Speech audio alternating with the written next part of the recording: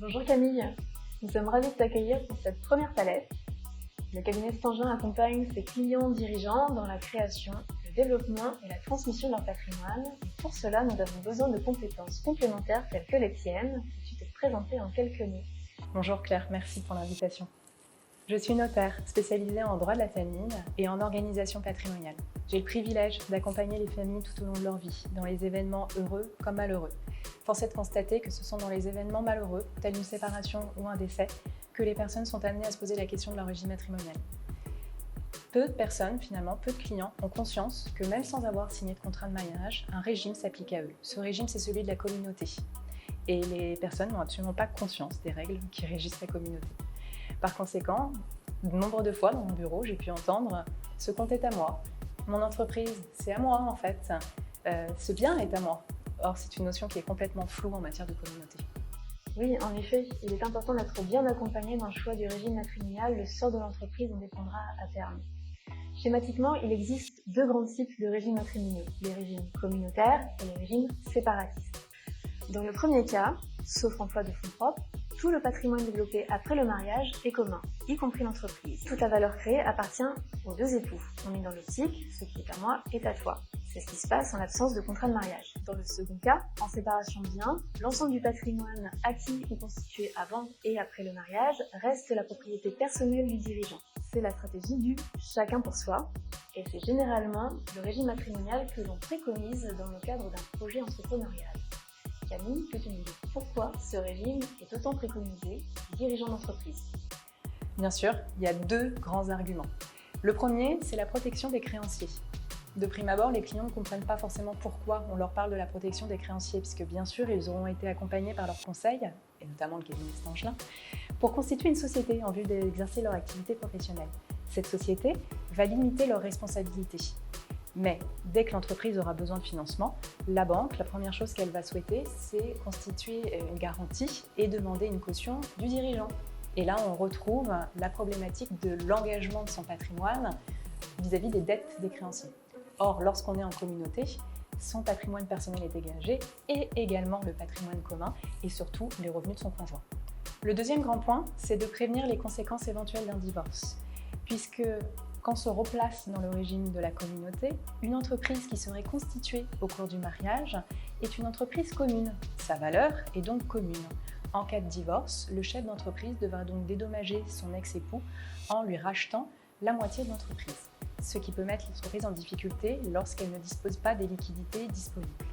La deuxième chose, c'est que si on n'arrive pas à racheter la part de son conjoint, il est possible d'aboutir à un partage cette fois en nature où l'ex-conjoint va être cette fois associé dans la société et pourrait éventuellement s'immiscer dans la gestion de cette entreprise. Comme tu viens de l'expliquer, ce régime matrimonial permet de protéger le patrimoine professionnel en cas de divorce en cloisonnant le patrimoine des époux. Néanmoins, si l'ensemble des revenus et du train de vie du couple repose sur l'activité entrepreneuriale, c'est pas un risque. Comme tu l'as justement exposé tout à l'heure, la séparation de biens, c'est la philosophie du chacun pour soi. Mais qui dit mariage dit union de vie, et qui dit union de vie dit contribution aux charges du mariage.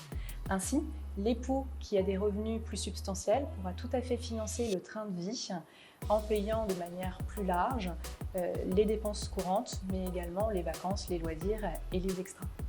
La question se posera également en cas de séparation, malheureusement.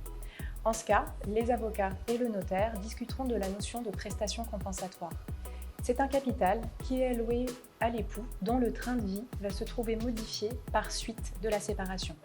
Alors la prestation compensatoire, c'est quelque chose qui se calcule sur un nombre de critères qui est très important, tels les revenus des deux époux, le patrimoine des deux époux, le nombre d'années de mariage, le nombre d'enfants, les cotisations à la retraite, est-ce que l'un des époux a abandonné une profession pour suivre l'autre ou pour assumer un peu plus au foyer. Donc les critères sont très larges et le montant de la prestation compensatoire peut être très variable. Ce qu'il faut avoir en tête, c'est que la prestation compensatoire n'a pas vocation à se substituer à une communauté. En aucun cas, elle ne permettra d'obtenir la moitié du patrimoine de son conjoint. On l'aura bien compris, la séparation de biens reste néanmoins une solution efficace pour assurer la pérennité de l'entreprise en cas de divorce. Mais ce qui est un atout pour se préserver des conséquences d'une rupture de vie commune peut se retourner contre le conjoint et les enfants du dirigeant au fil du temps. Généralement, lorsque la date de départ à la retraite et de cession ou de transmission de l'entreprise approche, nous préconisons un aménagement du régime matrimonial, voire un changement de régime matrimonial, pour rééquilibrer les patrimoines. En effet, au fil du temps, le patrimoine de l'un des époux s'est développé, créant un déséquilibre qui n'est pas toujours souhaité. C'est le cas, comme tu le disais, par exemple, du conjoint qui a mis sa carrière entre parenthèses pour permettre au dirigeant de développer son activité et qui s'est du coup appauvri. Tout le patrimoine se trouve entre les mains du dirigeant, qui seul peut transmettre par donation. Et en cas de décès, le niveau de vie et le cadre de vie du conjoint peut se détériorer significativement. En effet, le patrimoine du dirigeant est partagé entre le conjoint et ses enfants. Petit rappel en effet, en présence d'enfants, quels sont les droits du conjoint ? Le Code civil lui réserve un choix entre soit un quart en pleine propriété ou la totalité de la succession en usufruit. L'usufruit étant un droit de jouissance. Elle permet ainsi au conjoint d'assurer son cadre de vie en lui permettant d'occuper les biens en ce qui concerne les biens immobiliers à usage privatif ou alors d'encaisser des revenus, que ce soit des revenus de biens immobiliers, des revenus de biens financiers ou les revenus d'une entreprise. Est-il possible pour le dirigeant d'entreprise d'augmenter les droits de son conjoint dans le cadre de sa succession ? La première méthode, c'est de régulariser une donation entre époux.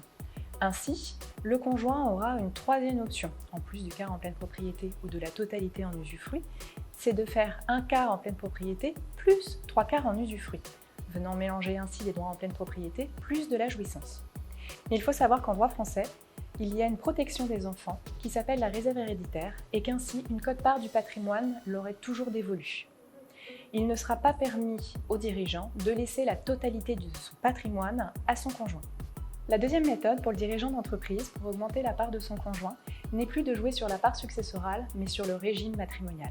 Comme tu l'indiquais tout à l'heure, c'est là que va entrer en jeu la stratégie du changement de régime matrimonial ou de l'aménagement de régime matrimonial, pour apporter tout ou partie des biens du patrimoine propre du dirigeant en communauté. Cela permet ainsi de faire du 50-50 sur ce qui est apporté et de rééquilibrer les patrimoines. Il est même possible d'aller plus loin, en ajoutant une clause d'avantage matrimonial, qui peut être une clause d'attribution intégrale de la communauté au conjoint survivant, ou alors une clause appelée de préciput, qui est une clause de prélèvement sur la communauté pour le survivant, qui pourra ainsi prélever les biens soit en pleine propriété, soit en usufruit, en fonction de ses besoins. On l'aura compris, l'avantage de la clause de préciput, c'est sa souplesse. Au-delà de son avantage fiscal, puisqu'en cas de clause d'attribution intégrable, il n'y aura pas de succession au décès du premier des époux, se privant ainsi des abattements et des tranches basses de taxation lors du premier décès. Le changement de régime matrimonial est un schéma qui peut s'avérer également payant du point de vue de la transmission du vivant du dirigeant d'entreprise. Comme on l'a indiqué, l'apport en communauté permet de rééquilibrer les patrimoines. Nous avons donc 2 propriétaires. La donation sera donc réalisée par les 2 parents, permettant de doubler les abattements, mais également de lisser le taux de taxation. En conclusion, le régime de la séparation de biens est protecteur en cas de faillite ou de divorce. Mais avec le temps, il peut devenir inadapté. Il convient donc de se poser la question de l'adéquation du régime matrimonial aux différentes étapes de vie et de le faire évoluer si nécessaire.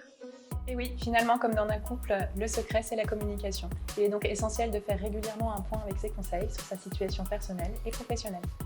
Merci beaucoup Camille pour ton partage d'expérience et pour tes conseils.